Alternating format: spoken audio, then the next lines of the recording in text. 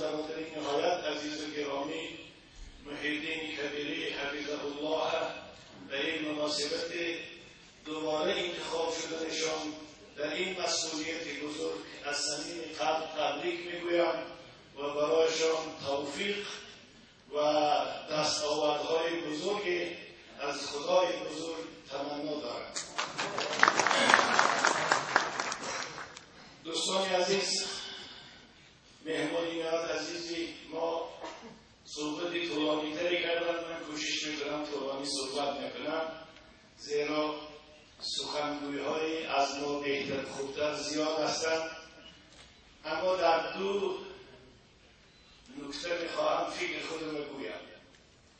یکیش دایر و کنفرانس، اگر چندی که من اعضای لحظتم که نباشم، هم فکر هستم، هم اندیشه هستم، هم عقیده هستم، هم مرام هستم. از این خاطر و از همه مهم آزاد اندیش هستم. بنابراین اندیشه های خود باید بگویم، زیرا بگویم خودم ناراحت میشوم. شنیدم دیروز از قسم اول انجمن نهضت اسلامی، خصوصا مجلس ریاستی نهضت، به اشتراک جناب محیدین کبیری گذشته است و جناب محیدین کبیری به تمام اعضایان ریاست گفت است که من شرکت نمی‌کنم، خود شما هر کسی را که می‌خواهید به حیث نامزد در ریاستی حزب محاکمه کنید و پیشبری نمایید به انجمن. البته این واقعا هم یک کار خوبی هم هست، مایه افتخار هست، زیرا حضور رهبر یا حضور یک شخصی با نفوذ در جلسه البته تأثیر دارد. شاید اعضایان نمی‌توانند آنچه که در دل دارند بگویند. اما ما نشنیدیم که در جلسه ریاست چند نفر به حیث رئیس پیشبری شد. اگر فقط باز برادر محیدین پیشبری شده باشد، این واقعا کمبودی نهضت است که نتوانسته است دهها محبین در این 4 سال آماده کرده باشد. خصوصا یک حزب سیاسی اسلامی باید نمونه باشد از حزب‌های دیگری که در این زمان ما شاهدش هستیم که رهبری ایوان نشونده دارند و به این رهبر همشون در چاه می‌رفتند و حتی مالی خواهدگیشون رو فرو برده نمی‌توانند. امیدوار هستم در انجمن آینده این کمبودها رو به حساب می‌گیریم. اون برادری اسماعیلی بودن که از دامانش می‌خپید، از دامان خدا خپیدن در کرد، از دامان قرآن خپیدن در کرد، از دامان ملت خپیدن در کرد. شخصیت‌ها همیشه در خدمت شما هستند. خصوصا در یک حزب اسلامی باید همچنان که برادر محیدین گفتن رئیس هم خادم. شما خادم خودتان، خدمتگار خودتان تعیین کرده، نه رئیستان، نه پیشواتان. این کلمه ها باید در لکسیکان یک حزب و حرکت اسلامی اصلا باید استفاده نشود. دوم مثلا یک اشاره خوب محیدین کردن، واقعا مطبوعاتی همون زمان به خاطرم آمد، مبلغ برای مردمی در محاصره‌زده غزه حزب نهضت اسلامی جمع‌آوری نمودند.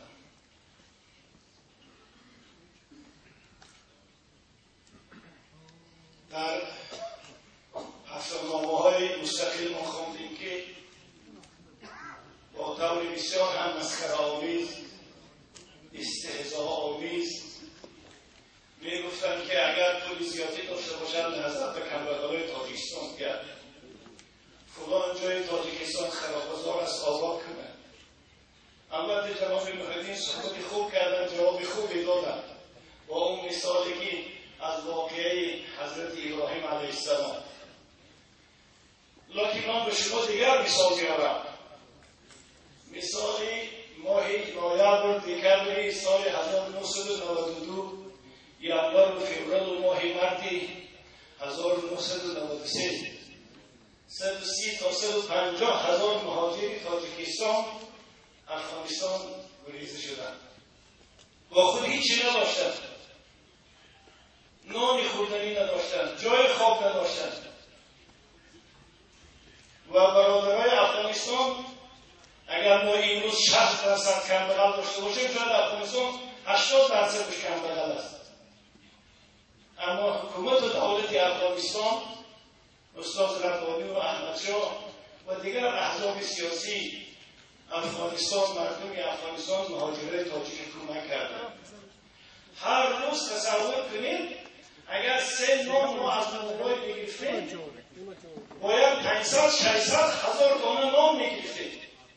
روزایی شده بودن که تا 3-4 روز یک هفته پول نبود پولی اونا رو پرداخت کنید. تاجرای افغانستان به خاطر اعتمادی که داشتن، باوری که داشتن، مسئولیت اسلامی و عقیدتی که داشتن، همین نان رو به اختیار برادرای نهضتی ما میگذاشتن. از این 140-150 هزار مهاجر بعداً یک قسمتی کمش در مزار شریف تحت پوشش سازمان ملل قرار گرفت. باقی مانده تا روزی بازگشت با کمک مردم مسلمان افغانستان، دولت جمهوری اسلامی ایران، پاکستان و سازمان‌ها و شهروندهای مسلمان کشورهای خلیج فارس، خصوصا کویت و امارات و سعودیه و حتی سلطنت عمانی که مذهب احوازی دارند، اما مال مسلمان